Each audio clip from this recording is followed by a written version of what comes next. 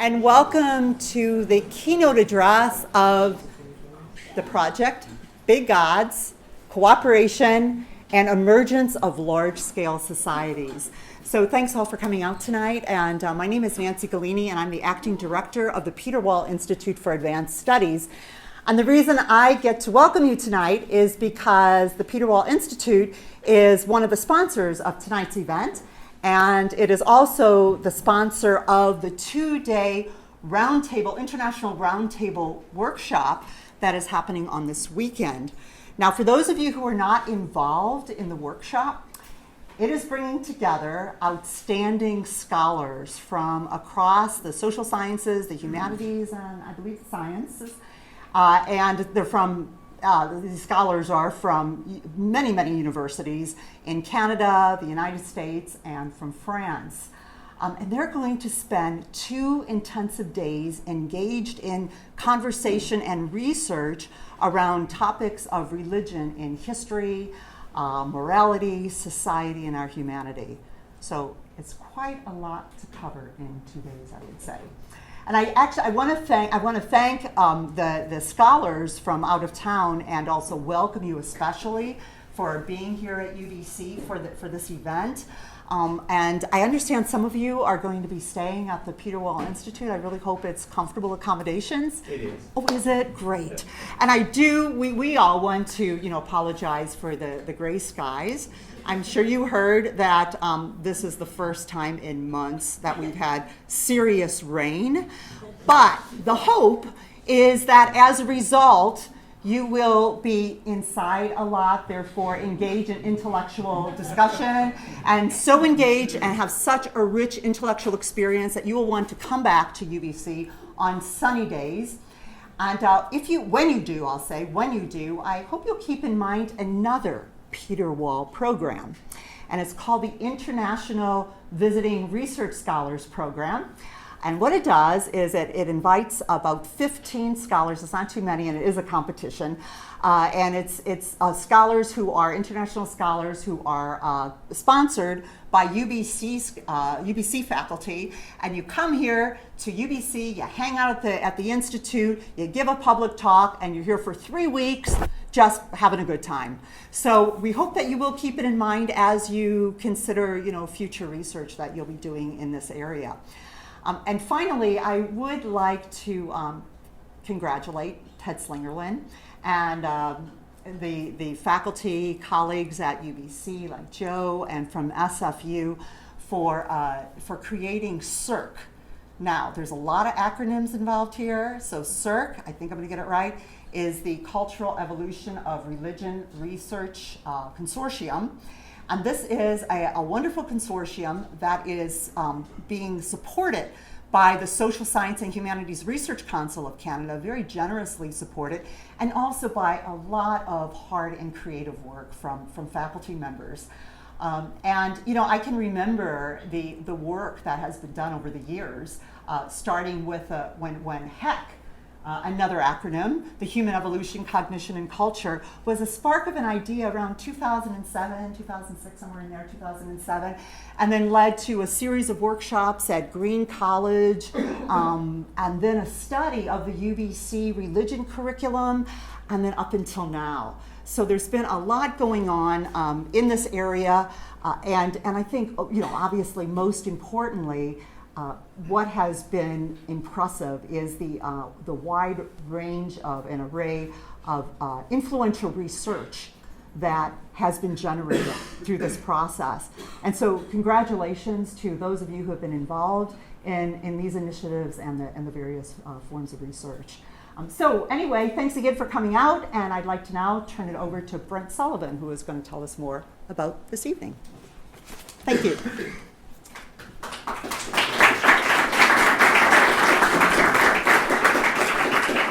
Thank you, Nancy, and thank you to all of you for being here tonight, for turning out for a rather novel conference theme, bringing together individuals from such a diverse array of backgrounds. And thank you to the Peter Wall Institute for sponsoring this event and organizing this event. And without further ado, I'm going to introduce our first speaker tonight, Joe Henrich, who's Canada Research Chair in Cultural Evolution and Professor of Psychology and Economics here at the University of British Columbia. So, you, Joe. Hi, everyone. Thanks for coming. I'll get us started here. The title that Nancy gave for the workshop was a committee put that together, and I immediately forgot it and put the wrong title up here. So that's why the titles don't match. So I'm going to be talking about the evolution of complex societies and the emergence of pro-social religions. But in order to get us started, I want to use a particular case study, a microcosm of a lot of the forces I'm going to be talking about. So the microcosm here starts with a puzzle, just as in a second I'll be talking about some other puzzles. In the mid-20th century, Anthony Forge and other anthropologists noticed that in a region of New Guinea, around the Sepik area, there seemed to be a rule that governed village sizes. So you couldn't find a village more than 300 people. And when villages did go above 300 people, they tended to fission and fractionate and break up, sometimes violently, but always unhappily. And when they would split, they would typically break along clan lines. So most of these groups had patrilineal clans. They would get in some kind of dispute, and that's where the fraction would occur. Often this was due to witchcraft allegations. So this is even more puzzling because warfare was endemic in this region for a long time, so communities would be involved in raiding each other and disputes of all kinds, resulting in battles in some cases. And so overall security was a problem, and your ability in this environment where everyone had the same technology to defend yourself is really proportional to how big your community was, how many people you could get together in defense of your community. So in the 1960s, the anthropologist Donald Tuzin, who's pictured here, he's the guy in the middle, got onto this, and he realized that this was an interesting question, and it became particularly interesting when he found out about the village of Iliata, which was an exception to this 300 rule. Iliata had gotten up to 1,500 people consistently, and sometimes went as high as 2,000, uniting 7 different clans that managed to stay together. So he's written 3 volumes on this, so that's what I'll be drawing on here.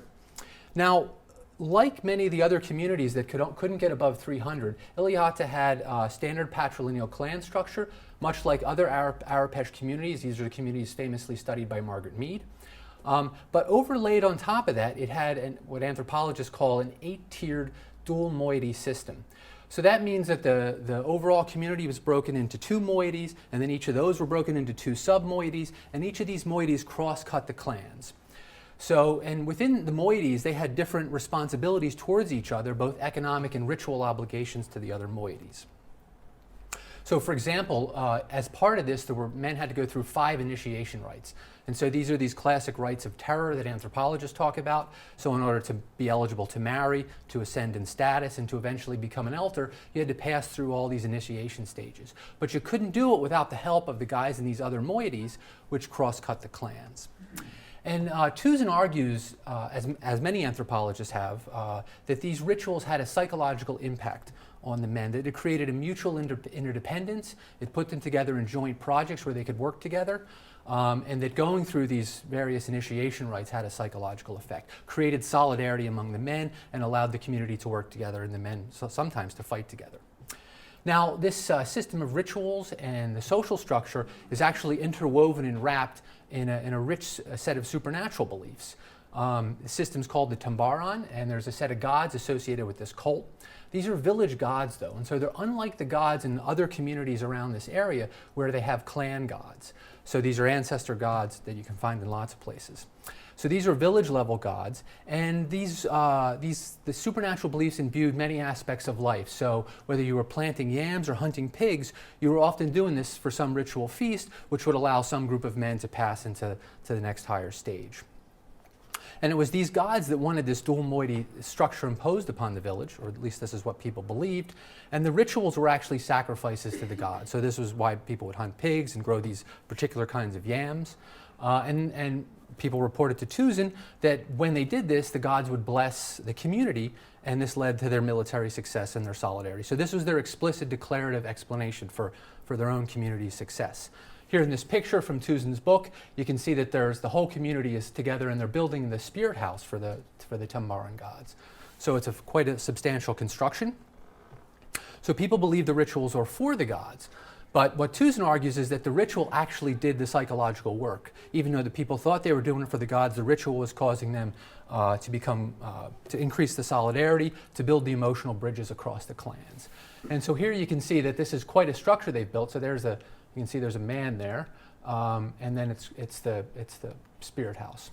Now this is an example of monumental architecture, at least in this region. So other villages don't build structures this large in the nearby surrounding area. And there was also, Tuzin noticed, a flourishing of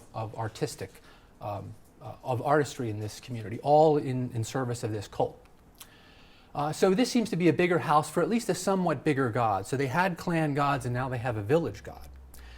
Now, one of the interesting things that these Tambaran gods seem to do is they seem to mitigate witchcraft concerns. So in this region, like in lots of places in the world, there's no normal deaths except for maybe very old people and very young babies. Deaths have to be accounted for.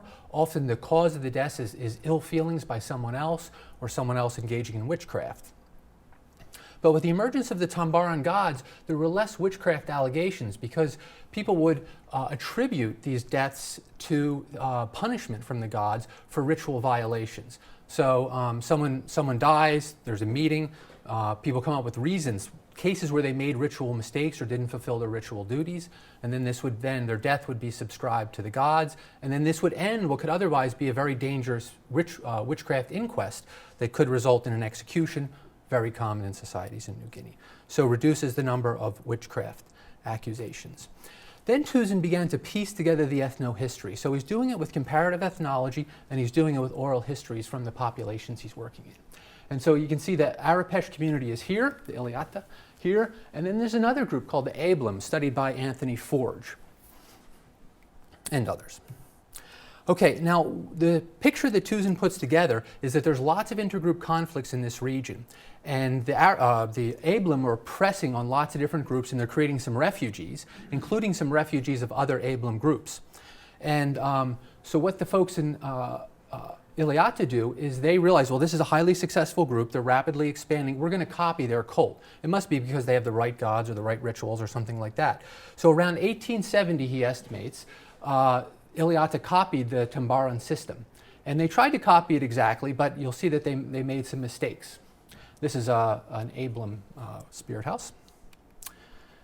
Okay, so some of the errors that crept into the system was when they took the dual moiety system, which they got from reports of refugees, it was previously structured so that it was isomorphic with the clan structure. It didn't cross-cut the clans. But when they applied it, they made it cross-cut.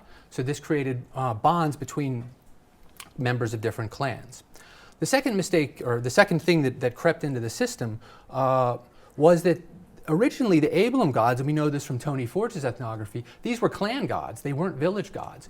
But the Iliata already had clan gods, and so these they perceived to be village gods. And so you can see the god gets a little bit bigger. They're now gods of a little bit larger community.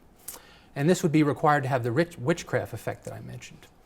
And finally, a higher level of initiation was added. So in the Ablam system, when you would get to be a senior male above about age 50, you'd age out of the system. You'd actually go down to 0 status. And so they added another higher level so the oldest men in the community retained the highest status. And they then had a serious position of influence in the community because it was thought that they had some kind of communication with the Tambaran gods, rather than dropping the oldest men out of your community and letting the decisions be made by younger men. So these are the key elements that he points to that made the difference that allowed the community to expand. So I listed some of them here. A little bit bigger gods. You can argue about how you measure the size of a god, but maybe 7 times bigger, because normally it's a clan god and they have 7 clans. A little bit of supernatural punishment, more communal rites with intensive male initiations, monumental architecture and art both pop up in this one community. And this community is expanding, but then the Australians arrive. And we don't get to see what happens. And it's integrated with a social organization. So there is this dual moiety structure. So the sort of microcosm question that I now want to ask on a global scale is, so are all these supernatural beliefs and ritual elements actually doing anything? Are they contributing to the expansion of this community? Or if we stripped all those out, would the dual moiety structure do the work and the economic stuff do the work? And none of the supernatural beliefs or anything, it's not doing anything in terms of creating the solidarity, allowing the group to stay together. Okay, so that's the microcosm. Now I'm going to look at the much larger picture, and I'm going to do it by bringing together two different puzzles. The first is the big question of the evolution of societal complexity. So before about 12,000 years ago, humans lived in relatively small-scale groups. So hunter-gatherer bands, sometimes sedentary, especially after about 18,000 years ago, but relatively small scale, at least in terms of what comes later. And then over the next 12,000 years, at least some communities expand dramatically. You get much larger populations. You get an increase in political complexity, increase in trade, banking and credit, exchange among strangers, markets, et cetera, et cetera. So we want to be able to contribute to the explanation of this. There's many factors in this explanation. So now I'm going to point to the other one, which is religion. Now, I just put up this note, which I wouldn't normally talk about. This complexity is not equal to progress. So I'm going to be talking about the evolution of complexity, and anthropologists have measured complexity, but there's no need to map complexity onto some kind of moral progress or anything like that. I have no idea whether it's better or worse to get complex. That's certainly different, though. All right, and the other puzzle is the emergence of these certain kinds of religious elements. So big moralizing gods equipped with ample power to monitor and punish human beings, and certain ritual forms. And I'm going to be arguing that these are ritual forms deep in the faith that people have in these supernatural agents. I put up these images that I took when I was at Göbekli Tepe for a week in 2012. I was part of an international team that went there to sort of try to figure out what was going on there. So this is an archaeological site that dates to 13,000 years ago, so before agriculture. And it's at the crossroads of the Levant and Mesopotamia. And somebody there was building these very large pillars. So the archaeologists Joyce Marcus and Kent Flannery at Michigan argue that these were part of ritual structures that sound pretty reminiscent of what we saw in Iliata, that these were houses for ritual gatherings and possibly for gods, but we don't really know. So this is pre-agricultural. It's on the eve of agriculture, though. Okay. Now, in order to get into this, I have to give you a sense of some work that's been done, a very interdisciplinary field called cultural evolution, and trying to put together an understanding of how we can think systematically about cultural evolution. It brings in a lot of different fields. So I think the place to start in understanding cultural evolution is to emphasize that it starts with individual psychology. So we want to understand how an individual learns all the things he needs to know to survive in the world. So as a child, you have to begin learning what kinds of things are in my world and how do I feel about them. So you have to learn there are snakes and they're bad. You might learn dogs. Well, it depends on whether they're on your side or on somebody else's side. Ghosts, you might learn they're generally bad. So you're learning about your world so you can navigate it. You also have to learn about what kind of tools you have at your disposal. So I listed some typical tools that people have to learn about. So the question is, how is it that individuals acquire all this information?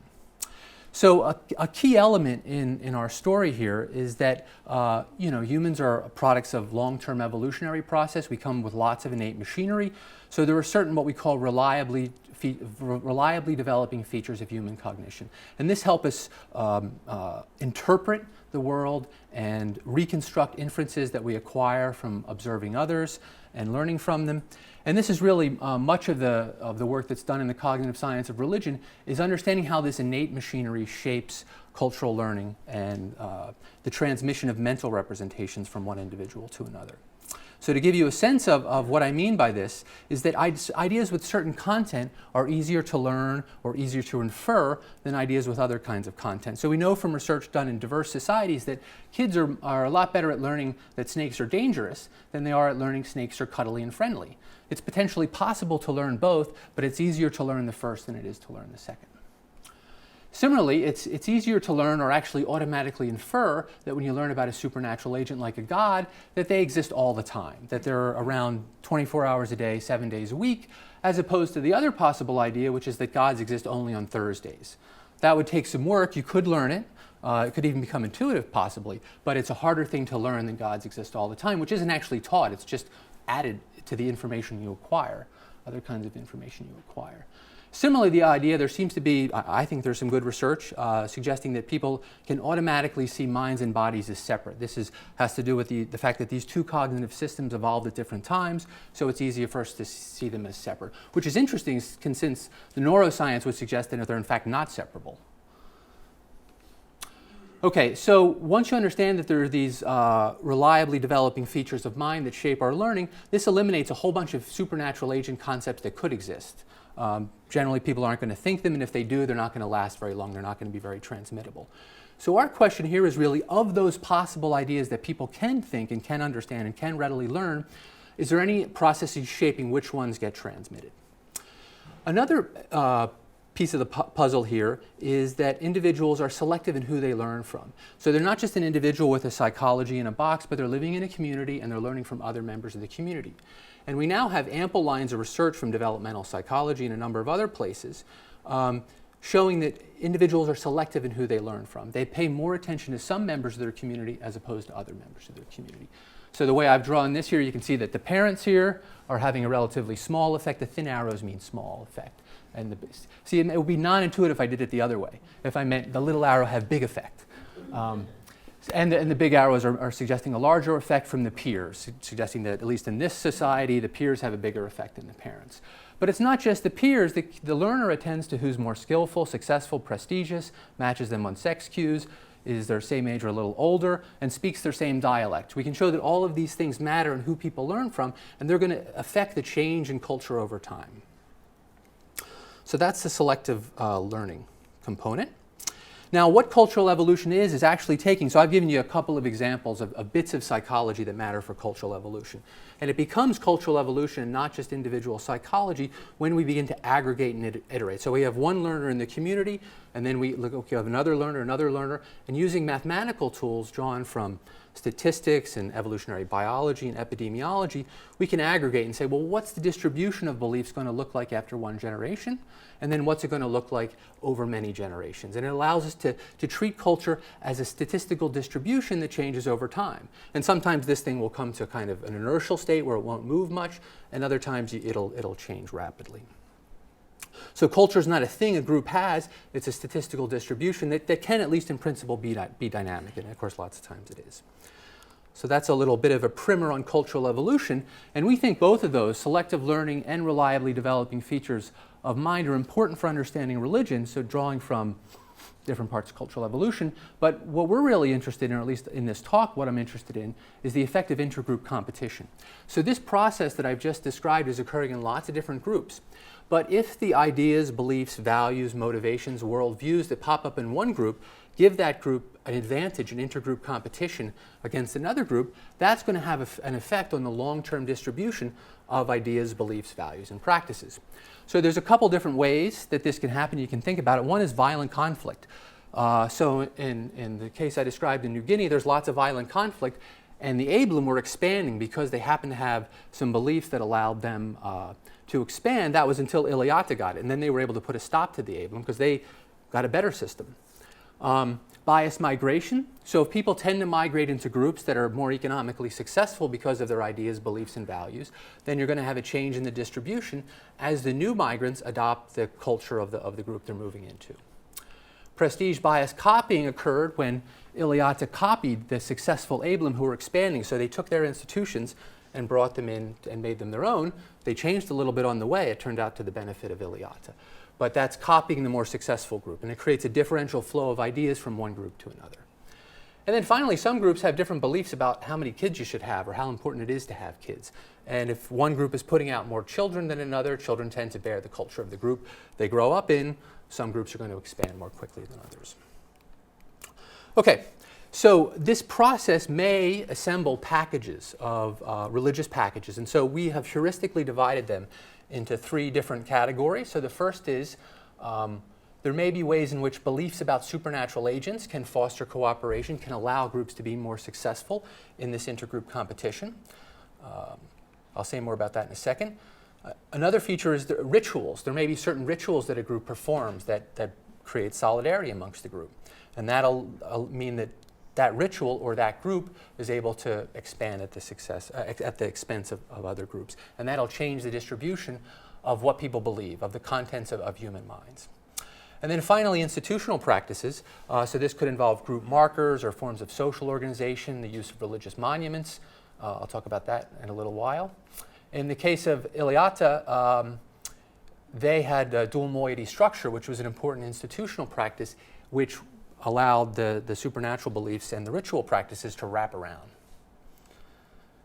All right, so thinking about these supernatural agents, if they're moralizing and they're concerned about human behavior, which of course supernatural agents don't have to be, lots of places there aren't supernatural agents that are concerned with human behavior. This could potentially cause people to behave in ways if they want to avoid being punished by supernatural agents. But that means those agents will have to be monitoring and watchful and potentially most powerful if they're able to see people when they're doing stuff when nobody else can monitor them. So they can potentially do monitoring that humans can't do. And powerful if they're able to deliver reward and punishment. Now there's theoretical and actually psychological reasons to think the punishment is more important than reward. I can talk more about that if people are interested. And finally, afterlife control. That's just a way, it's one of the ways you can use to get some reward and punishment. Okay. And finally, they could believe that you should have more kids, so they can be pronatal. If a god believes in more kids, it results in people, if a god is encouraging of having more kids, and those kids tend to believe in that god, you're going to have a relative increase in the number of believers in that god. Okay. So that was a little bit about the supernatural agents, where I'm going to actually spend some more time on that in a few minutes. But I just want to make a few points about ritual, and then I'm going to have to go away from it for the rest of the talk. So intergroup competition can potentially, theoretically anyway, favor ritual elements. There's a bunch of different things rituals can do. I'll mention just a couple here. The first is it may be that some rituals more effectively transmit deep commitment and faith in the supernatural agents that want you to do the rituals. So we call this credibility enhancing displays. So I get to advertise some of our team here. So this is research done by Demetrius Zygoulatis in Mauritius. So this is a Hindu ritual. And what Demetrius is able to show is that participants in this, when they engage in this intense ordeal, donate more to the temple afterwards. And in fact, the more pain they experience, the more they donate to the temple financially. But not only the participants, people who watch the ordeal, this painful ordeal, donated more, as he had a control ritual that he also did took the same data at. So this is one example of research on creds, or at least on the effects of ritual. Another thing that rituals may do is they may create solidarity among communities or groups. So I mentioned this in the Iliata case.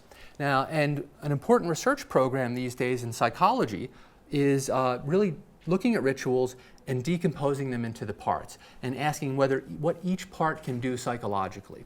So there's now a lot of research on synchrony. So a lot of rituals involve moving together in sync, marching in time, for example. Now, in the case of Demetrius's work, this is cool because it's a real ritual, so you can kind of use it as a natural experiment, but there's a lot of stuff going on there, right?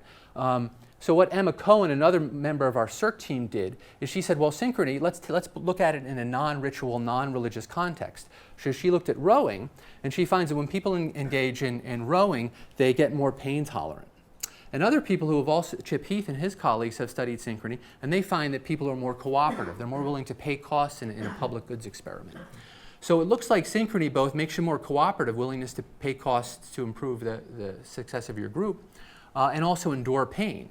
Once we understand this psychology, it makes sense why militaries march their men in time, because they're about to go endure a bunch of pain and they better cooperate. But obviously rituals also make use of this. Research by a team led by Harvey Whitehouse is focusing on rites of terror. And these are very common in the anthropological record, and these may indeed build strong bonds among those who share terrifying experiences. Okay, so then the next question is really a kind of check on the two puzzles I set up at the beginning. So is it in fact true that bigger, larger societies do have more of the kinds of supernatural agents that I mentioned? And there's now many studies on this. Unfortunately, they mostly use the same database, but they've all used different statistical techniques and chopped up the data in different ways. And the story is basically yes. Given the available data, the 1,200 and some societies in the anthropological database, when you analyze that data, you find the smallest scale human societies, very few of them have high moralizing gods. And the larger and more complex they get, the more frequent big moralizing gods are. And it doesn't matter how you cut it, so you can use, I've used political complexity here. You can just use population size and you get the same effect. And social stratification is an independent predictor. So you can, size has an effect and stratification has an effect. This is important because this means that the gods that existed for most of human history, if you put the origins of human evolutionary history, if you put the origins of humans at 200,000 years ago, which is where most paleoanthropologists put it these days, at most, to the degree that people did believe in supernatural agents, they would have believed in gods who were not morally concerned, who were morally ambiguous at best, who were not all-knowing, they could be tricked and manipulated. There was no incentive-based afterlife if there's an afterlife belief at all.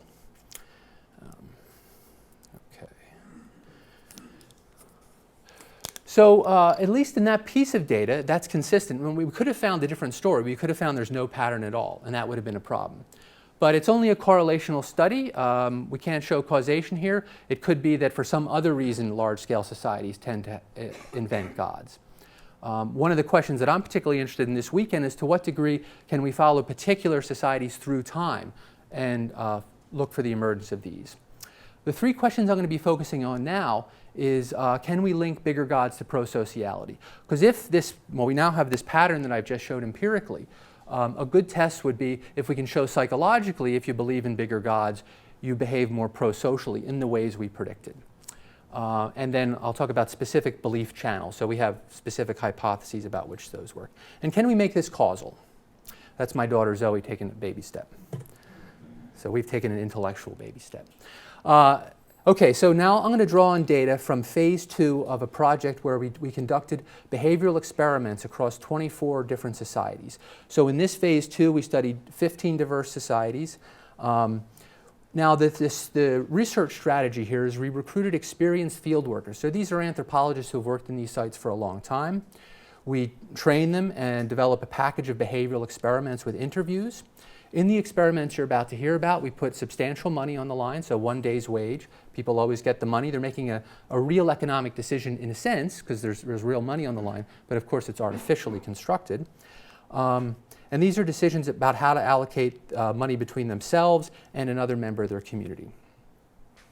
Now, we went all over the world to a wide range of societies, so we have a few groups of foragers, horticulturalists who engage in slash and burn agriculture, people who rely on fishing for their economic subsistence, pastoralists, so people who do herding, and of course subsistence farmers. We also did students at Emory University, as well as townspeople in rural Missouri and people in St. Louis. Okay, now I'm going to talk about 2 of the experiments in the behavioral game package, and the first game is called the dictator game. So again, between 2 anonymous individuals, there's 2 players, A and B. The first player is assigned to make the division of this money between themselves and the second player. So say it's $100. They can decide how much of the 100 they want to give. Maybe they decide to give $10 out of the 100. And the other person gets 10 and they get 90. Economists are interested in this stuff because there's a simple self-interested benchmark, give 0. So allocations above 0 suggests some kind of fairness, some kind of concern with prosociality, because this is a one-shot anonymous game. So people are assured they're not going to find out who it is, and it's just played once.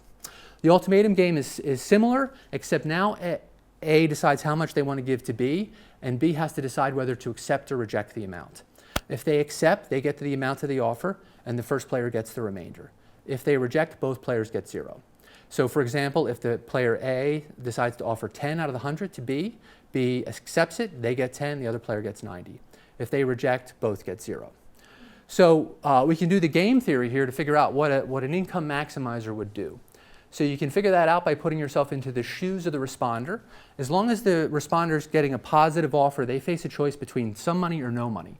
If they reject, they get no money. That means they should take it whenever they get a positive offer.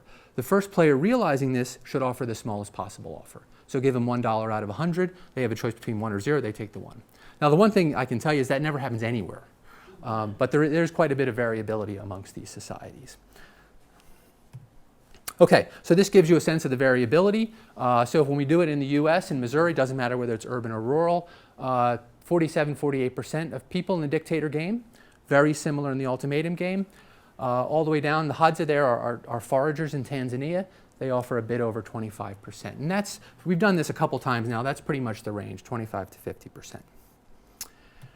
Okay, Now, in analyzing this data, we're interested in what predicts giving higher offers in this game. And we only really came up with two things that predict it. One is world religion, the other is market integration. And for world religion, we coded people as to whether they professed the world religion, in this case either Christianity or Islam. We didn't have any Hindus or Buddhists or anything like that. Or whether they just adhered to local or traditional gods. Now, of course, the people who said they were Christians also believed in local gods. But see, it's like you add a god. So that's the distinction we made. And what this chart shows is that in the dictator game, people offered about $6 more out of the 100 in the dictator game and about $8 more in the ultimatum game. So given the range is only 25 to 50, that's a big chunk of that range. It's about a third of the range. Now, this analysis controls for market integration, income, wealth, education, community size, household size, age, and sex. So we've tried to statistically remove all the things we could think of that religion might be correlated with. So we get that result. In the third-party punishment game, you can see it only increases by 2. And we've done follow-up research on this. And it seems when you put a secular authority, so in this case there's a third party who can adjudicate. As soon as you put in a third party, it's not God's job anymore. So secular authorities can crowd out God. Okay, now there's a lot of weaknesses with this study, right? So it's not clear what religion is doing. We just have this binary code of world religion, not world religion. We can't tell causal direction. It could be that people who are fair-minded tend to join up in world religions, and we don't know if this matters in the real world because it's only an artificial behavioral game. But it's another baby step. Okay, so this next thing I'm going to talk about is the studies we developed as part of the CIRC project. So this is wave 1. And we're playing the same game I did in the previous study, where we're trying to get experimental measures. So we want to have a controlled measure of prosociality, but now we're going to try to link it specifically to supernatural beliefs. In this case, we want to be clear that the recipient is a co-religionist rather than another member of your community, so we eliminate that possible concern. And we're going to use a different task now. We're going to use a task particularly sensitive to an all-knowing supernatural punisher. And again, we have 8 different societies, different parts of the world. We have hunter-gatherers, pastoralists, herders, and farmers. Okay, so this is the game, and you probably haven't heard of this if you've heard of any of this stuff because we made this up. Well, Ted and I were part of the team that made it up.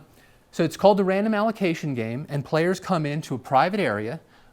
They have a pile of coins and a dice and 2 cups. So for this explanation, the first one is the self cup versus the co-religionist cup.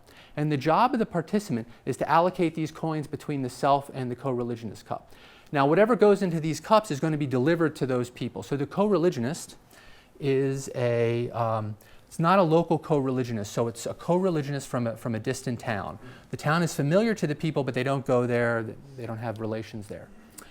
Now, okay, so this is a little bit, this can be non-intuitive. Once you get it, you'll get it though. So the first thing you got to do is pick one of the 2 cups in your mind, and then roll the dice. And if the dice comes up on the black side, then you have to put the coin in the cup you were thinking of in your mind. If it comes up on the white side, you have to put it in the other cup. And you keep repeating this until you use up all the coins. So you can decide to think about this guy and then roll the dice and allocate. Okay, now I showed you this first setup between the self and the co-religionist. Then after they do that and they've allocated all the coins, we replace the self cup with another member of your community, and then we leave the co-religionist cup, but it's a different co-religionist, so we refresh the cup, another person from that distant place. And then it's a question of whether you're biased towards the self and in-group or how much you allocate to the co-religionist. Now this is I think, a neat situation because we can't tell if you're actually cheating. Only someone who could read your mind would know if you're actually cheating. However, we have statistics, and we know what the distribution of this has to look like in expectation. So if we have you do it enough times and we have a large enough sample, we can assign a probability basically to how much you're cheating. Okay, Now, along with this game, we tried to isolate. We did a series of interviews. We had a package of interviews about religion. We tried to isolate 2 locally important gods.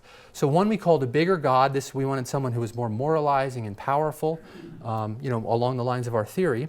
And then a smaller god, someone that's important locally but has limited powers, is present, not very many moral concerns. Now, in at least one place, it was hard to find a big god. So the Hadza don't really have a big god. The researcher used the closest thing she could find to that. And we measured 2 key things. So the theory says that punishing should matter. So we created a scale that's the mix of our punishing questions and how much this deity is able and willing to deliver punishment, and omniscience. So how knowing is the god? Do they know what you're doing if you're in a faraway small town? And can they read your thoughts and know your intentions? Okay, so this is just an initial look at the data. I'm going to show you a fancy regression in a second. So this is our big God punishing index. And if we start with, so these are people who, the god's maxed. So he's maximally punishing, willing and able. And 15 up there, that's the expected value if you're playing the game according to the instructions, right? So you can see everybody's biased to themselves and towards their in-group. That's kind of a sanity check on it, right? But you're less biased. You're less biased to yourself and your in-group if you believe in a big local punishing God. And then that goes down. And there were a number of people who said, I don't know if God can do that. I'm not sure if he's a punisher. And that seems to occupy the lowest slot there. And it works for both the in-group. So in the in-group is a nice one because in this bar, you're not actually in the game. It's just someone else from your community and a distant person. So this means you're less biased towards members of your local group versus this distant person. So I think this is expanding the sphere. Okay, now here's the regression. You got to do the regression because there's lots of possible variables that could be affecting this. So here we're trying to predict the chances of a coin going in the co-religionist bucket versus either the in-group or the self bucket. And we find that the big predictors are big God punishment and big God omniscience. These things are error bars, so that's a measure of our uncertainty. You can see we're fairly uncertain on some of those, but those are the best estimates. That's the model that best fits the data. Both of those predict. Now, you might think, well, maybe it's just believing in any kind of supernatural being, but the little gods don't do any work. It's the big gods who are driving, allocating to that co-religionist versus keeping it in the tighter circle. We put in material security because that's been shown in other studies to affect this game. We also control for age, sex, education, number of children, and we include statistics. I always think of economists, but of course all statisticians do this, is they include fixed effects, which means we're removing all the between-group variation, and this is just capturing the differences in beliefs among the people in the communities. So there's no site-level variation here. So concerns that things might be different in this site versus this site are removed from this analysis. Okay. So now that gets us another inch closer because we're able to say, look, these are the beliefs that are doing some work here, the punishment beliefs. But we still don't have a causal direction here, and we're still not sure if this matters in the real world. So now the priming experiment. So I wish my collaborator and lab buddy, Arnor Zion, was here because he first developed this priming approach. So in these experiments, these are going to involve experiments very similar to the ones I've been talking about, so the dictator game. But now the subjects come into the lab, and this is done typically with, well, in this case, it's done with university students. They come into the lab, and before they hear about the dictator game or know that they're going to be allocating money between themselves and somebody else, they do a word sentence scramble. And some of these, in one treatment, the sentences involve God and divine, spirit, prophet, and sacred. So it's unconsciously reminding them of God. And then in a control, there are no God words, nothing to get them thinking about God. And then they play the dictator game. So the question is when you unconsciously remind them of God, did they behave differently in the dictator game? Okay, this just gives you a sense of the sentence unscramble. So the students get divine, desert, the was, and they have to come up with the answer to desert was divine. And so they get a whole bunch of these, and some of them include these kinds of words like divine and spirit, and others don't. There's a control where they have to unscramble sentences, but none of these God words. At the end, we always do a suspicion probe. So you ask people, did you ever see anything funny about that word jumble? and nobody says, oh yeah, it was full of God words. So that's kind of the check. Okay, so this is a quick look at the results. I was hoping to go into these in some more detail, but I cut my more detailed slide. So with a neutral prime that doesn't involve God, you get offers at about 25% on average. So people are offering $2.50 out of the $10 they're dividing up. When you God prime people, they offer closer to 50%. And in this group, the modal offer, the most common offer, is 0. And then there are some people who offer more than 0. In this group, the most common offer is 50-50, and then there are people who offer less than 50. And then this one was an interesting move. It's a secular prime. So they did a word jumble with police, courts, judge, things like that. And that seems to have the same effect as the religion prime. Now, I think most interesting and important of all is that atheists aren't affected by the God prime. So the atheists move up when you give them the secular prime, but they're not affected by the God prime, which means it's something about belief. It's just not a mental association that, well, God's something about good. You have to actually believe in the God for it to matter. Okay, now that's one study. That wouldn't be very persuasive as a single study. Psychologists love priming, so they ran out and did 65 different studies with priming. It's super easy to do. You can run a zillion of them.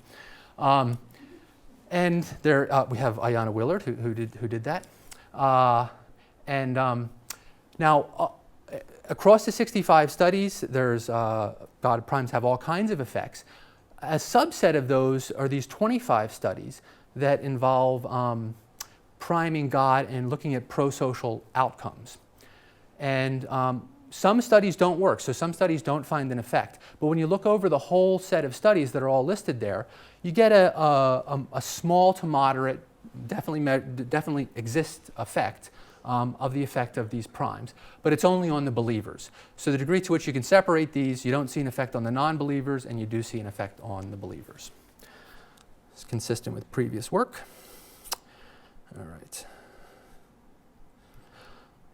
And one of the powerful things about this approach is that, and this is a general problem with science, and a problem with psychology, is that when you get a null result, like you can see, this is from our own lab, Gervais' unpublished study, he got a null result with a giant error bar, right? So that study's probably never going to see the light of day. We have it because it's in our lab. But this statistical technique allows you to detect the presence of this bias towards studies that work. And so you can predict, well, how many studies am I missing? And then there's ways to account for that. So even when you remove the missing studies, the effect still seems real. Okay, so there seems to be good evidence, given the current database of studies, that religious primes do cause believers to behave more prosocially. And they've done this in fairness games like the dictator game, which is the one I talked about, in cooperation games and in cheating tasks. And so it reduces cheating, increases cooperation, and increases equitable distributions in the dictator game. There's a little bit of evidence to show that it's towards co-religionists and certainly not towards atheists. So there's not some generalized prosociality here. It's more parochial and more targeted. Doesn't work on atheists broadly. And Ara and his team have done work showing that it seems to operate through social monitoring. So people are concerned about being monitored. I'll mention a little bit of that in the next one. So Ara and Azim developed this priming technique, Azim Sharif, developed this priming technique in order to study whether these bringing religion to mind causes more prosociality, to get at these questions. But it seems that religions have already discovered this. So of course religious iconography has got all kinds of watching symbols. You build a temple on the market square to remind people that there's a God on the market square. I just put up some of the imagery there. Now, one way to get at this experimentally is there's actually kind of a natural experiment that occurs every week for Christians. And that's Sunday. It brings God to mind for Christians. So there's a growing literature now showing that on Sunday, if you send people a note that says, hey, you want to give to this non-religious charity on Sundays, they're more likely to push up the bid for a charitable cause on Sundays during an 8-week study. So they're more responsive to requests for charities on that day. My favorite effect by far is the porn consumption effect. So this researcher Edelman divided the U.S. up into more religious states and less religious states. And in the more religious states, people consume less pornography on Sundays. Now, it turns out that the less religious states and the more religious states actually consume the same amount of pornography. So what happens on Sundays is there's a fast of pornography, and then on Monday people chow down, and they get back up to average. So they have to redistribute their porn watching over the other days. And Will Gervais and R did this other experiment which goes to the social surveillance question. So there's a standard instrument in psychology. People ask a bunch of questions. Do you feel concerned about how you look? Are you worried people are watching you? Has nothing to do with religion. And they just went around Vancouver, outside of churches and other restaurants and stuff, and had people do these surveys. And on Sundays, but not on other days, the Christians, but not the other people, were concerned that they were being watched. Or more concerned. They got a higher score on this surveillance thing. So it's consistent with the basic picture. Okay. So finally, those were a little bit of the real world evidence. Does this stuff matter for the real world? And so these are three studies that also get at the real world question. So the first one is by another graduate of our program I mentioned before, Azim Sharif and his collaborator. And what they did was they gathered crime statistics from different societies from one source, and then they got information on who believes in heaven and hell from other sources. And they found that belief in hell has a big impact on crime, and it reduces crime. So here along the horizontal, this is the percentage of people who believe in heaven minus the percentage of people who believe in hell. Generally, more people believe in heaven than hell. So that's why that ends up being a positive thing. Heaven is comforting, but hell does the real work. And so you get less crime. And this effect is as big as any economic factors that people who study crime have found. Along the same line, economists at Harvard, Barrow and McCleary, did a study where they looked at belief in hell and belief in God at one time. Then they looked at the amount of economic growth over the next time period, over the next decade or so. And they found that belief in hell at one time period predicted more economic growth subsequently. And they use some economic techniques to try to get at causality. And they make the argument that more belief in hell leads to more economic growth. It's using correlational data, but it's trying to pry causality out of it. And then finally, Quentin Atkinson and his colleagues looked at belief in God and belief in the afterlife and whether it correlates with people allowing excuses for public goods violations. So for example, can you ride the bus, you forgot your wallet, can you just jump on the bus and cheat on the fare? Is that okay? And people who believed in God and believed in an afterlife tended to say, no, there are no excuses for violations of public goods provisioning. Okay, so let me just give you a quick summary. So I've laid out a bunch of evidence which tries to link specific religious beliefs, rituals, and prosociality. This seems to fit with this view that the societal complexity increases.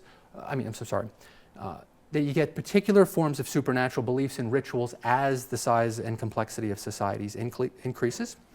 And this evidence is consistent with the view that if intergroup competition is driving cultural evolution, you'll get increasingly larger gods, rituals that are better at transmitting faith in those gods. And so that's the summary. And I wanted to advertise R's new book. So that's your recommended reading, and that's all.